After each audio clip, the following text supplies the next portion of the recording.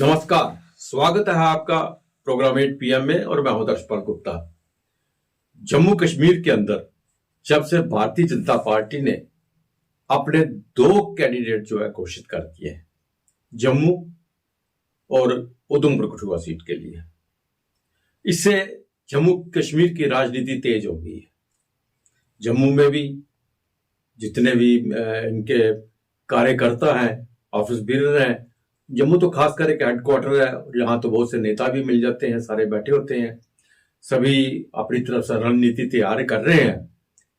लेकिन उधमपुर में जो डॉक्टर जितेंद्र सिंह को टिकट मिलने के बाद जोश नजर आया वो अद्भुत था। उधमपुर, किश्तवाड़, डोडा, वहां के जितने भी युवा सदस्य थे वो बाहर आए, ढोल नगाड़ों की तरह उन्होंने बजाए वहां पे और प्रधानमंत्री नरेंद्र मोदी का धन्यवाद किया कि बहुत बढ़िया, हम आभारी हैं उनके कि उन्होंने डॉक्टर जितेंद्र सिंह को तीसरी बार यहाँ पे जो है उम्मीदवार बनाया है।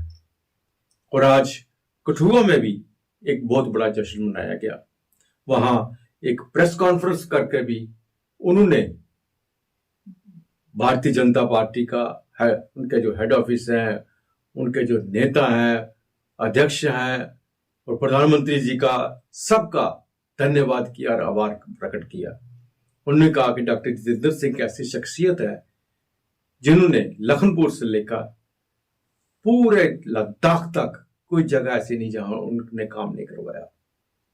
वो सिर्फ एक पार्लियामेंट्री सीट से बंधे हुए नहीं है, वहां कोई डीडीसी उपाध्यक्ष और कार्यकारिणी के सदस्य हैं, रघुनंदन सिंह बबलू, उन्होंने प्रेस कॉन्फ्रेंस की। जनक भारती पूर्व चेयरमैन है और स्टेट इंचार्ज भी हैं। मंजीत सिंह जसरोटिया जिला भाजपा सदस्य हैं।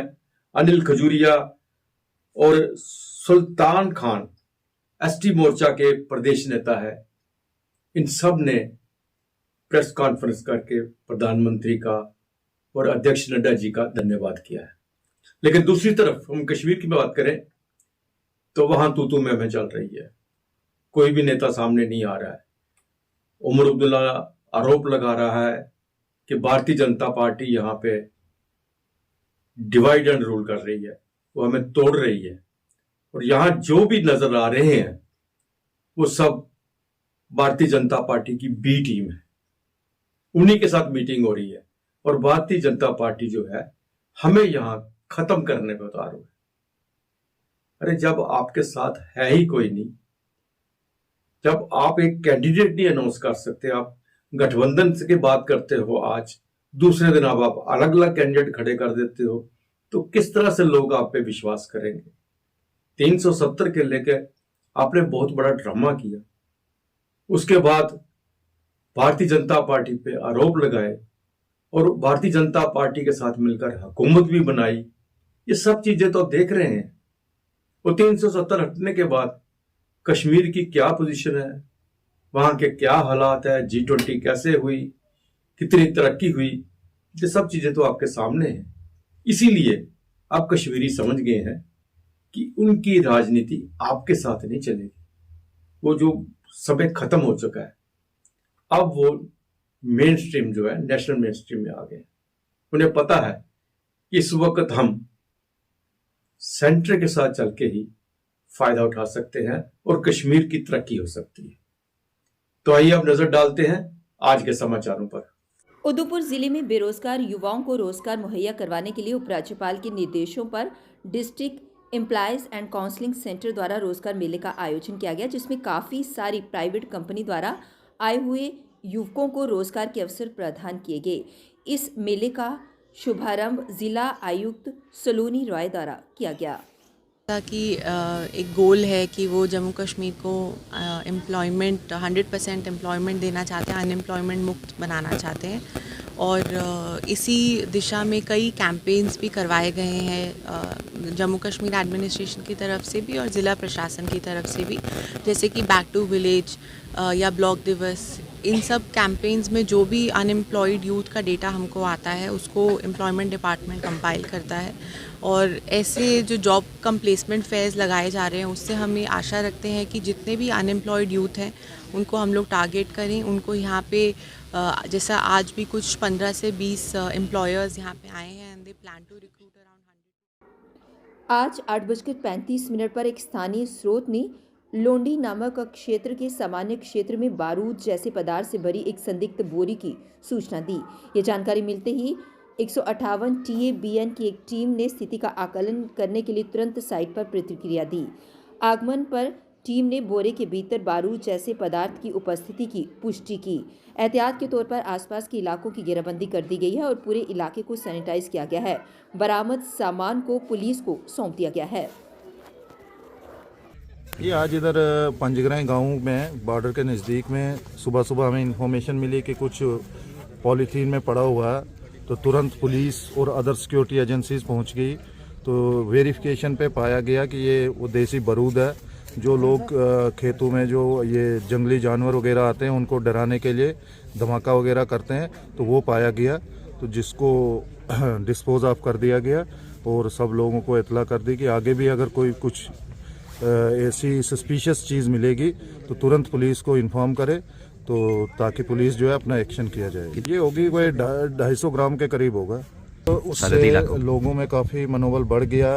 जो डीजी साहब ने हमारे कैश रिवार्ड अनाउंस किया कि कोई भी अगर ऐसी सस्पिशियस चीज़ जो बॉर्डर पे कहीं ड्रोन ड्रॉपिंग होती है, कुछ होती है या कोई टनलिंग के बारे में इंफॉर्मेशन देगा, उसको जमानत किया जाएगा। पश्चिम बंगाल में एक महिला के साथ हुए दुष्कर्म को लेकर आज ABVP ने मोर्चा खोल दिया। उन्होंने कहा कि जिस जगह की CM खुद एक महिला हो और ऐसे स्थान पर महिलाओं के साथ दुष्कर्म किया जाए तो इससे बुरी बात कोई नहीं हो सकती। इसी को लेकर उन्होंने ममता बनर्जी के खिलाफ मोर्चा खोला।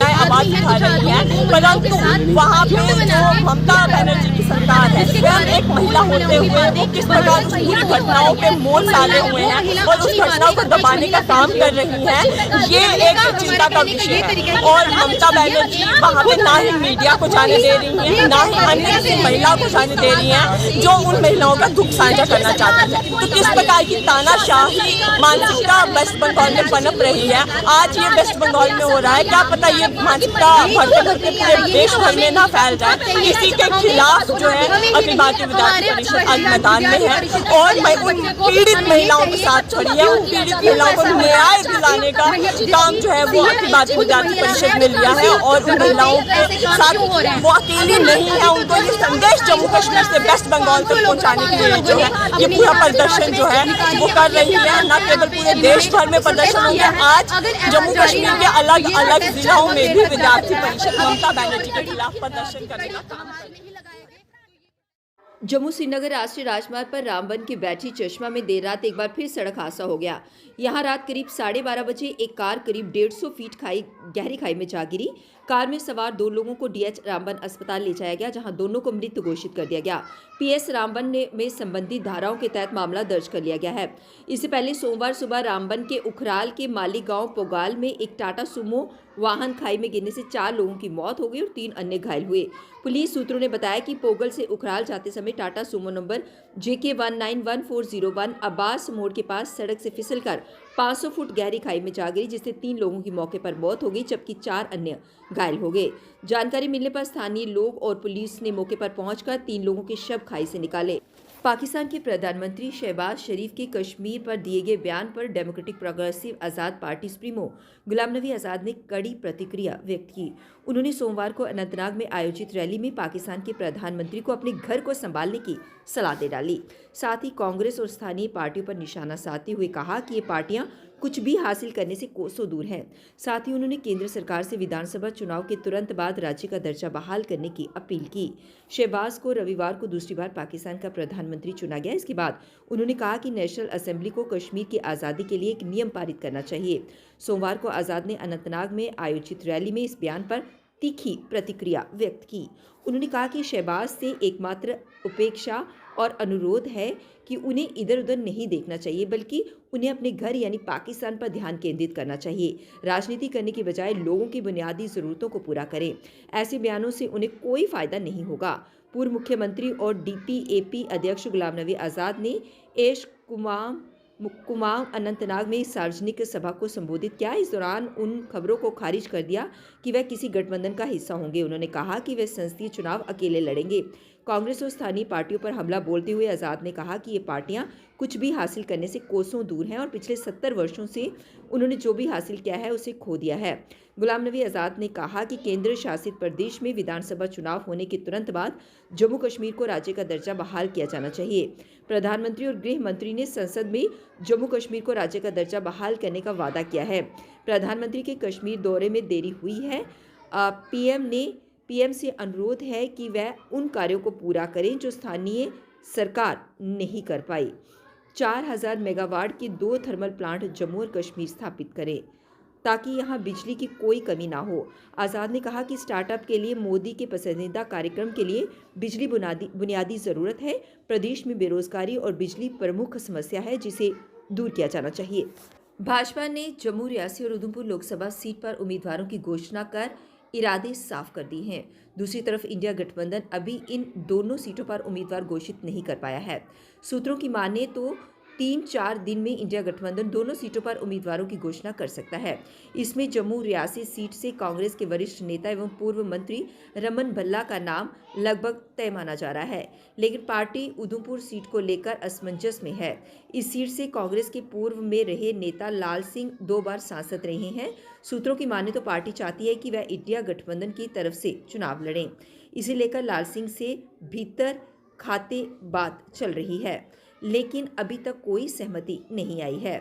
सूत्रों का मानना है कि कठुआ क्षेत्र के ही कांग्रेस वरिष्ठ नेता बलवीर सिंह को उम्मीदवार बना सकती है। कांग्रेस के वरिष्ठ नेता रमन भल्ला ने सोमवार को जम्मू में मोहन सिंह की अध्यक्षता में हुई बैठक में हिस्सा लिया, जिसमें बड़े स्तर पर कार्यकर्ताओं ने हिस्सा लिया। रमन भल्ला ने कार्यकर्ताओं को आगामी लोकसभा चुनाव को लेकर तैयार रहने के लिए कहा। पार्टी ने ब्लॉक और वार्ड अध्यक्षों से पार्टी की गतिविधियों को लेकर इनपुट मांगा। रमन भल्ला ने उन पार्टियों की आलोचना की जो वोट बैंक की राजनीति के लिए विभिन्न भावनात्मक मुद्दों पर लोगों की भावनाओं का शोषण कर रहे हैं, लेकिन परिणाम देखने में पूरी तरह विफल रहे। भाजपा के सांप्रदायिक एजेंडे के बारे में लोगों को जागरूक करने और सांप्रदायिक विभाजनकारी और अलगाववादी ताकतों के नापाक मंसूबों को हराने के लिए उन्होंने कहा। लद्दाख के मुद्दों को लेकर बनाई गई सब कमेटी की सोमवार को गृह मंत्रालय में हुई मीटिंग बेनतीजा रही। सब कमेटी में शामिल ले अपेक्स बॉडी और कारगिल डेमोक्रेटिक अलायंस के सदस्यों ने मीटिंग के बाद एक संयुक्त बयान जारी कर इसकी जानकारी दी। उन्होंने कहा कि गृह मंत्रालय के अधिकारियों व लद्दाख उपराज्यपाल के सलाहकार संग उनकी बैठक बेनतीजा रही। हालांकि किन बातों पर पेंच फंसा इसकी कोई जानकारी साझा नहीं की गई। बैठक के बाद उन्होंने केंद्रीय गृह मंत्री अमित शाह से उनके आवास पर मुलाकात भी की। इस बैठक को भी LAB और KDA प्रतिनिधियों ने बेनतीजा करार दिया। साथ ही उन्होंने ये भी ऐलान किया कि अपने आंदोलन को आगे बढ़ाने के लिए जल्द ही वो लोगों की सहमति से निर्णय लेंगे। वहीं केंद्र सरकार की ओर से अभी तक बातचीत को लेकर कोई बयान जारी नहीं किया गया है। दूसरी ओर सूत्रों ने बताया कि बैठक में 6ठे शेड्यूल से संबंधित मांगों पर विस्तृत चर्चा हुई। गृह मंत्रालय के अधिकारियों ने कानूनी विशेषज्ञों के हवाले से स्पष्ट किया कि उनकी मांगों पर क्रियान्वयन में 2 से 3 महीने का वक्त लगेगा, लेकिन ले अपेक्स बॉडी और कारगिल डेमोक्रेटिक अलायंस के प्रतिनिधि इसे फौरन अमल में लाने पर जोर देते रहे। सूत्रों ने आगे बताया कि लद्दाखी लीडरों द्वारा उठाई गई मांगों को अमल में लाने के लिए कई प्रक्रियाओं का निर्वहन करना होगा, साथ ही उनका संविधान सम्मत होना भी जरूरी है। ऐसी मांगों को दबाव में आकर पूरा नहीं किया जा सकता। गौरतलब है कि सब कमेटी की पहली बैठक फरवरी 24 को हुई थी। इससे पूर्व गृह राज्य मंत्री नित्यानंद राय भी लद्दाख के लीडरों के साथ 2 दौर की बातचीत कर चुके हैं। All J&K retired police NGO और ORS फोरम द्वारा आज एक बार फिर अपनी मांगों को लेकर प्रदर्शन किया गया। उन्होंने कहा कि अब तो वे सीनियर सिटीजन भी हो गए हैं, लेकिन अभी तक जो उनकी मांगें हैं वो धरी की धरी रही हैं। उन्होंने उपराज्यपाल से गुहार लगाते हुए कहा कि उनकी मांगें जल्द से जल्द पूरी की जाए ताकि ये लोग सीनियर सिटीजन हैं और जो इनकी मांगें हैं वो पूरी होंगी तो ये लोग राहत की सांस ले पाएंगे। मिलती है तो वहाँ हमारे पुलिस हॉस्पिटल में 5 रुपये पर्ची लेते हैं और फिर लाइनों कतारों में लगना पड़ता है और वहाँ पे कोई इम्तियाज़ नहीं रखा जाता कि ये सीनियर सिटीजन है। कम से कम वहाँ पे एक सेपरेट क्यू बननी चाहिए और जो सिफारशी या इस तरह के आदमी होते हैं तो उनको रसूखदारों को पहले देखा जाता है। वो बूढ़ा आदमी जाकर किसी टेस्ट पे हो तो वो लास्ट टाइम तक वो 12-1-2 बजे तक 2 भी बज जाते हैं भूखा बैठा होता है। तो लिहाजा जी इस तरह का जो डिस्क्रिमिनेशन है वो हम अपने पुलिस अफसरों से और डीजीपी से ये रिक्वेस्ट करते हैं कि इस जो डिस्क्रिमिनेशन है इसको दूर किया जाए, क्योंकि हम लोगों ने भी महकमे में सर्विस की है और महकमे में ड्यूटी दी है। आज वो हैं तो कल इसी तरह और भी आएंगे, तो कम से कम उनको मॉरल ड्यूटी समझनी चाहिए और जो सीनियर सिटीजन बुजुर्गों के साथ जो अच्छा बर्ताव करना चाहिए। टूरिज्म डिपार्टमेंट और पीरखो टेम्पल द्वारा शिवरात्रि के शुभ अवसर पर कार्यक्रमों का आयोजन किया जाएगा। इसमें भंडारे का आयोजन भी होगा और सांस्कृतिक कार्यक्रम भी होंगे। इसी को लेकर प्रेस कॉन्फ्रेंस के माध्यम से जानकारी साझा की गई। शिवरात्रि है, लाखों की तादाद में लोग यहाँ आते हैं, डिवोटीज बाहर के लोग भी आते हैं, तो पूरा दिन जो है वो चलता रहता है। पहली पूजा जो है वो सुबह 4 बजे के करीब होती है, तो ये सारा दिन जो है उस दिन फंक्शन चलता रहेगा। फिर 9 को यहाँ पर एक विशाल भंडारा होगा जिसमें हमारा संत समाज जो है और हमारे जो डिवोटीज हैं वो उसमें पार्टिसिपेट करते हैं। ये एक पुरानी प्रथा है पीरखो मंदिर की कि शिवरात्रि के दूसरे दिन भंडारा होता है। तो उसके बाद शाम को कल्चर प्रोग्राम होंगे।